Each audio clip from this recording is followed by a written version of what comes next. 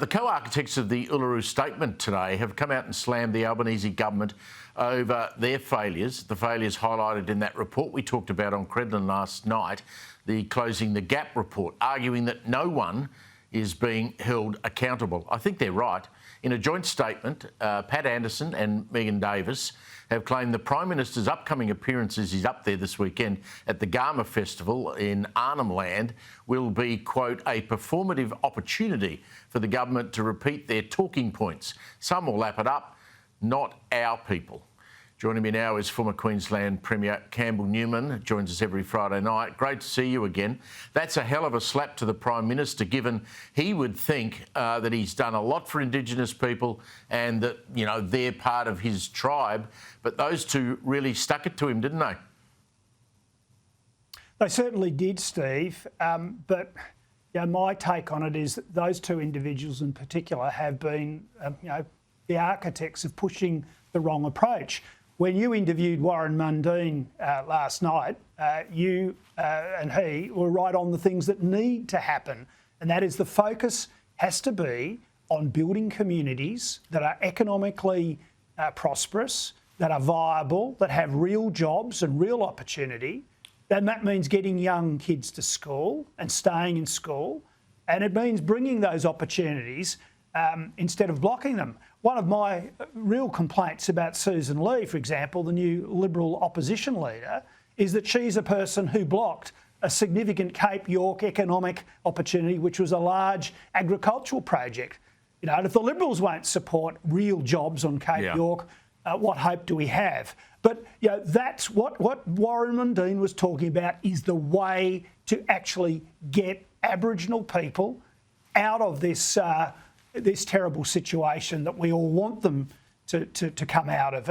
But it's not about more money. It's not about more bureaucrats. It's not about glossy statements about Uluru and from the heart and hocus pocus. It's about real world initiatives on the ground. And when I was Premier, by the way, I was trying to hold to account the mayors of these communities on Cape York and in remote parts of Queensland, but with the bonus of I was going to give them all the support they needed, but I wanted them to show leadership and actually encourage parents to send their kids to school and be leaders that actually tried to drive their communities forward. I was about to say, if you were in charge, I think one of the first things you would do, and I wish that someone else would act like this, you've got to do an audit of where the money's going, where it's gone. I mean, so many millions of dollars have been just flushed away, and no one seems to take any responsibility for, we're signing cheques and it's not having the result that we need. How many times have we sat here like this and talked about closing the gap not working? We don't need to spend more money. We need to spend the money in the right places, and we need to back true leaders from the Aboriginal communities. People who actually have shown, and there are people out there who've shown they've got the get up and go and they've got the right ideas. Those are the people we need to get behind and back. On these pro-Palestine protests, has Brisbane had the same issues that Melbourne and Sydney have had? Melbourne's had a Sunday protest, and more than just Sundays, but every weekend since October 8, nearly 2 years ago. Has Brisbane had the same issue? Not really, Steve. I think, Melbourne, with the greatest of respect, has always been protest central, in my humble opinion. Is it the weather, Steve? I don't know. But so Brisbane people tend to have better things to do, particularly during winter.